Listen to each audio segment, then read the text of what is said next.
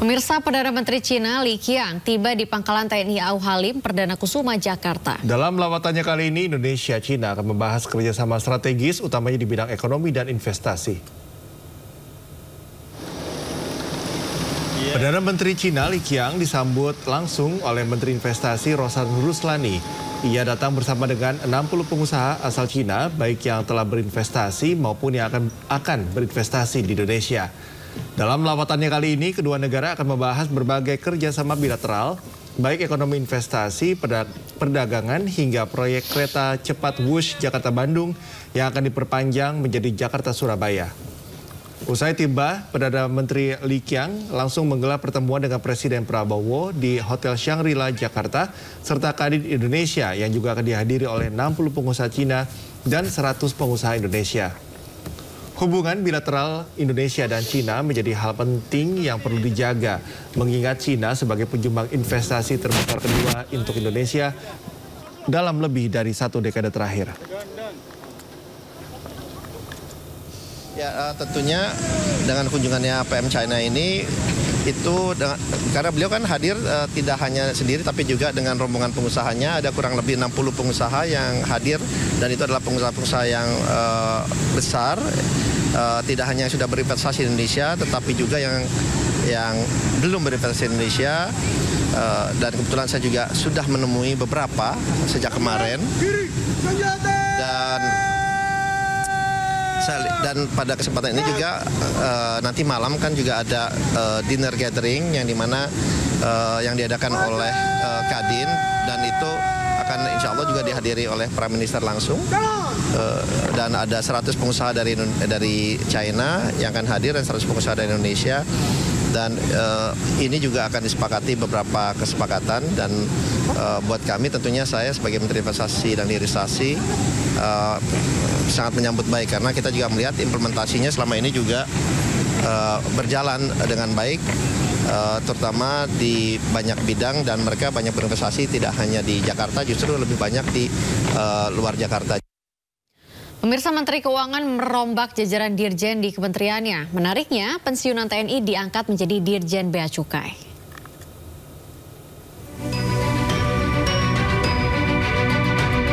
Ditjen Purnawirawan Jaka Budi Utama resmi dilantik menjadi Dirjen Bea Cukai. Ditjen Jaka menyandang status purnawirawan usai pensiun dini dari TNI. Ketika dikonfirmasi terkait status Ditjen Jaka di TNI, Kapuspen TNI Majen Kristo Maisianturi pastikan bila diangkat akan langsung berproses pengunduran diri atau pensiun dini. Sebelumnya, Dirjen Bea Cukai dijabat oleh Askolani. Askolani adalah seorang yang berasal dari dalam Kementerian Keuangan. Jajaran dirjen yang baru ini memiliki tugas untuk memeriksa pendapatan negara, terutama dari bea cukai dan pajak. Sementara itu, Menteri Keuangan RI menegaskan penunjukan Letjen Purnawirawan Jaka Budi Utama untuk meningkatkan kerjasama dengan aparat penegak hukum. Presiden Prabowo juga sudah memberi target bagi Kementerian Keuangan yang harus dicapai pada tahun ini. Telah menyampaikan berkali-kali agar penerimaan negara terutama dari kegiatan-kegiatan yang dilihat sebagai ilegal atau menyalahi aturan harus dikoreksi.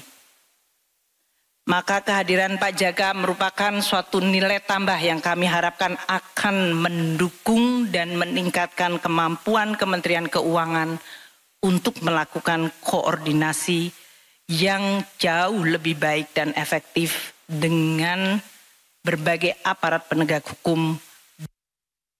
Sementara itu, Menteri Sekretaris Negara Prasetyo Hadi menegaskan Letjen TNI Jaka Budi Utama telah mengundurkan diri sebelum dilantik menjadi Dirjen Bea dan Cukai. Bentuk loyalitas ya seperti itu dan taat hukum. Kalau secara peraturan perundang-undangan ya, beliau harus mengundurkan diri sebelum menjalankan penugasan. Nah, ini kan sifatnya kan penugasan. Dan bukan penugasan yang ringan. Ya, kita informasi selanjutnya, 6 perusahaan swasta resmi menandatangani perjanjian kerjasama dengan Otorita Ibu Kota Nusantara untuk berinvestasi di IKN dengan total nilai investasi mencapai 3,65 triliun.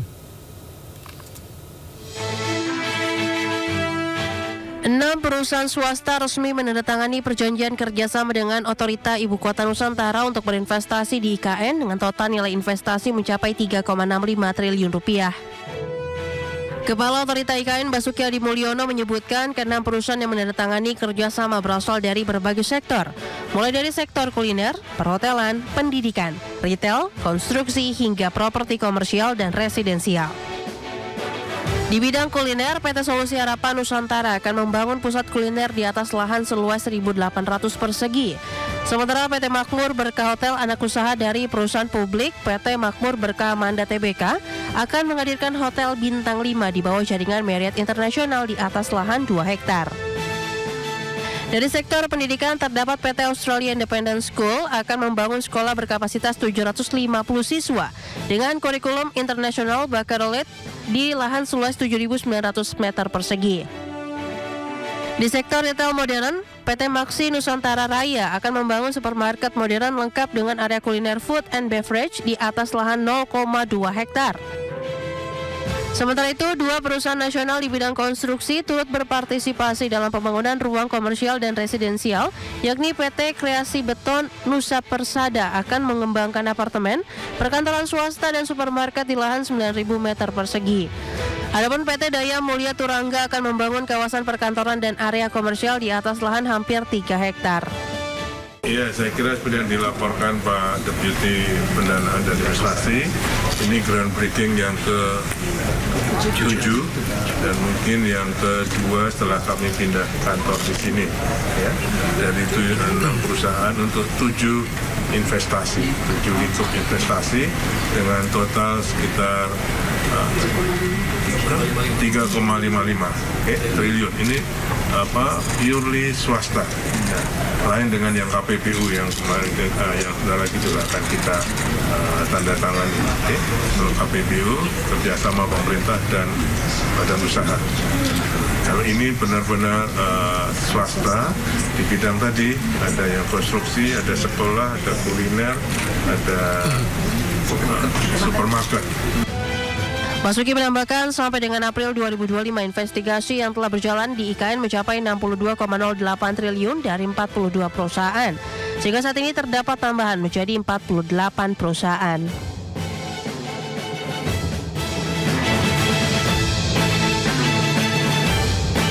Sebagai bentuk apresiasi kepada kesuksesan petani, Wakil Presiden Republik Indonesia Gibran Rakabuming Raka menghibahkan alat pemanen padi dan traktor kepada gabungan kelompok tani. Hibah diberikan saat berkunjung ke Kabupaten Ngawi, Jawa Timur.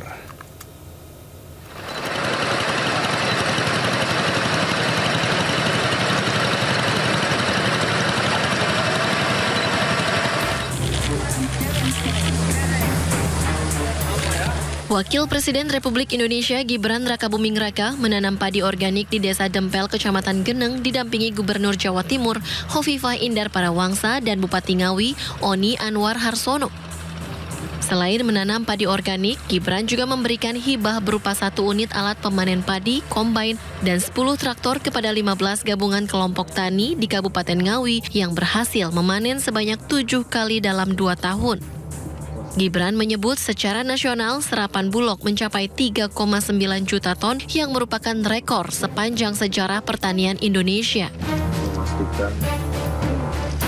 Ini terima kasih sekali atas kerja keras dari Pak Menteri Pertanian, para kepala daerah.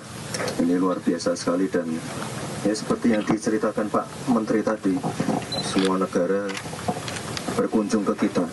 Tanya apa rahasianya, yang lain kekurangan kita sangat-sangat berlimpah. Kita 3, berapa ya sekarang? Hari ini 3,9 juta ton stok. Itu luar biasa sekali dan itu tertinggi sepanjang sejarah ya Pak ya. Ini luar biasa sekali. Ya, alhamdulillah hari ini stok Bulog hari ini insya Allah mungkin jam 1, jam 2 siang sudah mencapai 3,9 juta ton. Nah, ini luar biasa, kita syukuri, terima kasih untuk petani seluruh Indonesia. Tapi Ngawi adalah terbaik karena bisa panen 7 kali 2 tahun dan produktivitasnya tertinggi.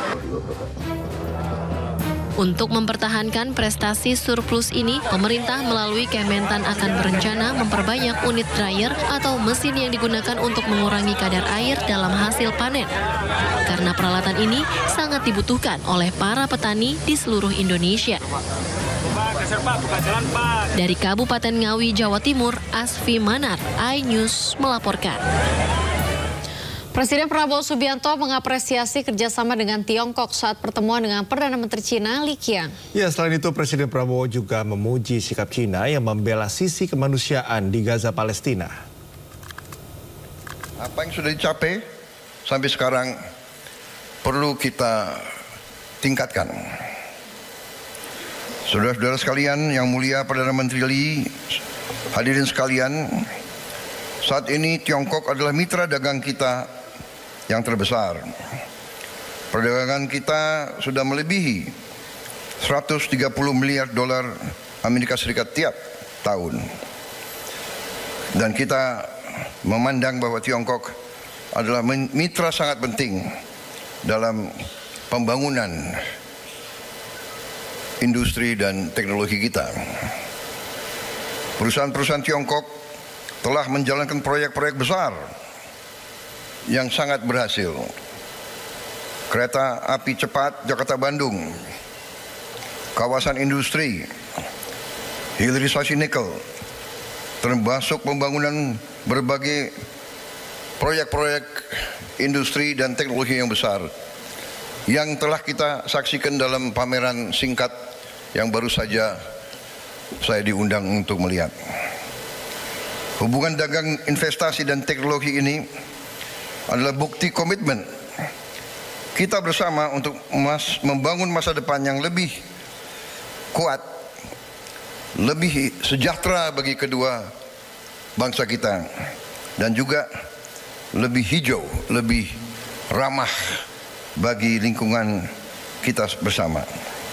Saya ingin menyampaikan rasa terima kasih yang tulus kepada perusahaan-perusahaan Tiongkok yang telah berpartisipasi dalam ekonomi kita, menciptakan lapangan kerja, melakukan transfer teknologi, membangun kepercayaan di antara semua dunia usaha, terutama di tanah air kita.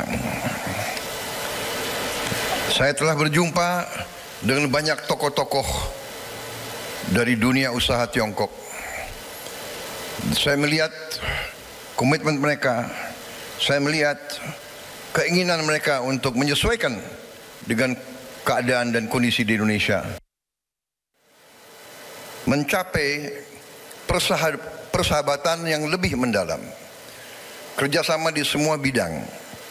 Saya ingin menyampaikan rasa hormat saya kepada Republik Rakyat Tiongkok yang telah konsisten membela kepentingan negara-negara yang sedang membangun, the developing countries, konsisten melawan penindasan, melawan imperialisme, melawan kolonialisme, melawan apartheid.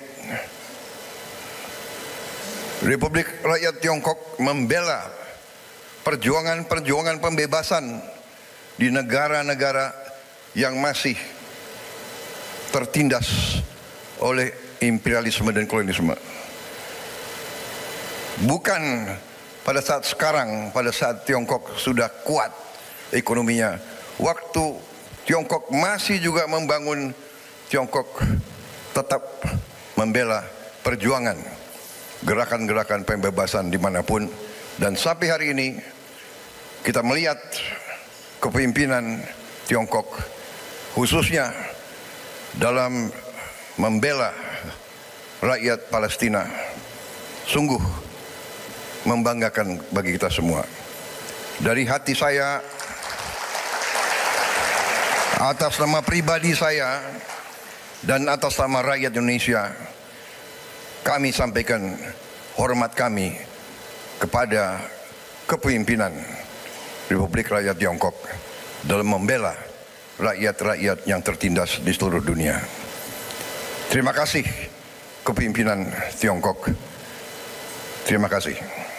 Yang mulia Perdana Menteri Lee, dan para pemimpin yang hadir di sini. Saya percaya dan yakin Tiongkok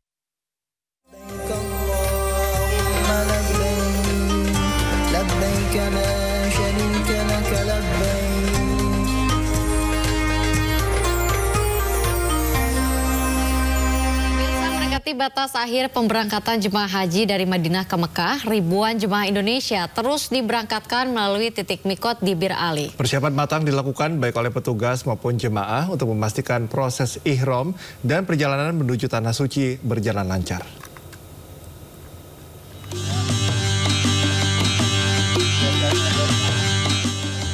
Pergerakan calon jemaah haji dari Madinah menuju Mekah menyisakan 2 hari lagi.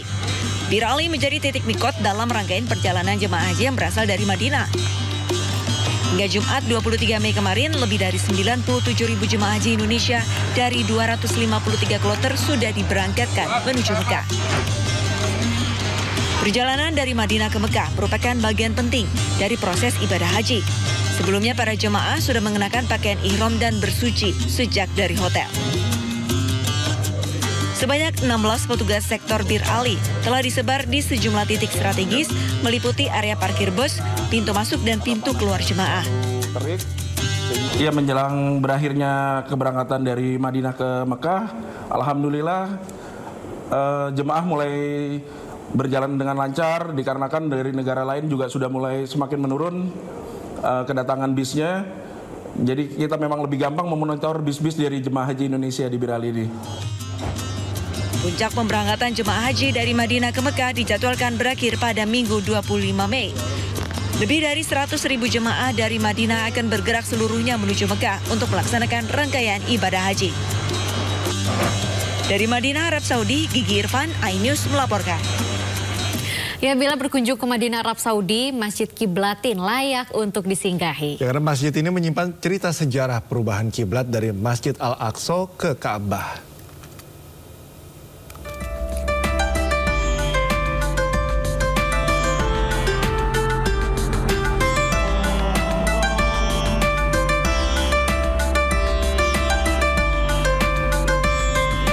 Inilah Masjid Kiblatain yang berada di sudut kota Madinah. Selain bangunannya yang megah, masjid yang memiliki arti 2 kiblat ini juga menyimpan jejak penting dalam sejarah Islam.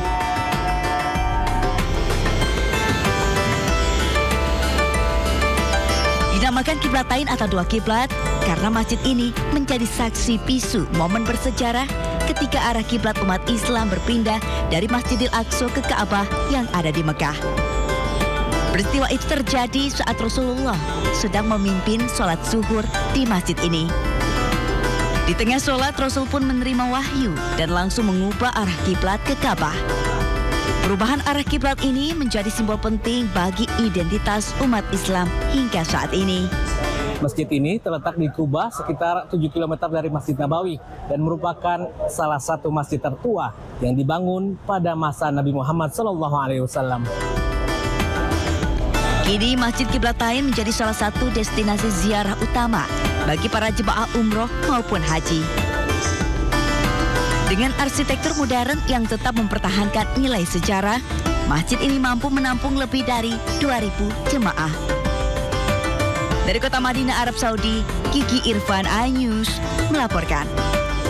Sebelum penerbangan ke Mekah, para jemaah calon haji tak melewatkan kesempatan untuk berburu oleh-oleh di kota Madinah. Ya, aneka barang seperti gantungan kunci, tasbih, sajadah, peci, hingga tentunya ya parfum. Betul. Ini menjadi incaran untuk dibawa pulang ke rumah.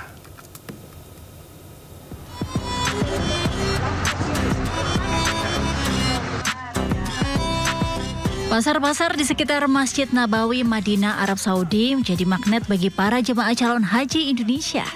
Para jemaah menyempatkan diri membeli oleh-oleh usai menunaikan sholat fardu dan ibadah sunnah di Masjid Nabawi. Salah satu toko yang viral di media sosial, khususnya bagi jemaah baik haji atau umroh, yakni toko Halal Al-Madinah atau Bos Hamid namanya. Di sini tersedia beraneka ragam barang yang bisa dijadikan buah tangan para jemaah untuk dibawa ke tanah air, seperti gantungan kunci, sajadah, parfum, tasbih, hingga peci. Selain harganya yang murah dengan barang berkualitas, pelayanan di sini juga fasih berbahasa Indonesia sehingga jemaah mudah berkomunikasi apalagi dalam hal tawar-menawar. Tak usah khawatir, uang rupiah juga bisa digunakan loh untuk pembayaran di sini. Yang paling disuka belanja di sini yakni banyak bonus yang diberikan cuma-cuma bagi kalian. Soalnya ini Bos Hamid barangnya murah, Bos Hamidnya dengan karyawannya bisa bahasa Indonesia, bisa pakai rupiah, uang Prabowo karena Prabowo sekarang presiden kita, jadi pakai uang Prabowo. Karena Allah kasih saya rezeki banyak, saya harus kasih kan. Masa kamu kalau banyak rezekimu tidak dikasih itu tidak enak nanti, kan? Ubur-ubur ikan lele jangan lupa memberle. Oleh-oleh khas haji menjadi bagian tak terpisahkan dari perjalanan spiritual.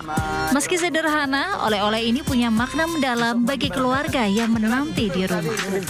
Dari kota Madinah, Arab Saudi, Kiki Irfan melaporkan.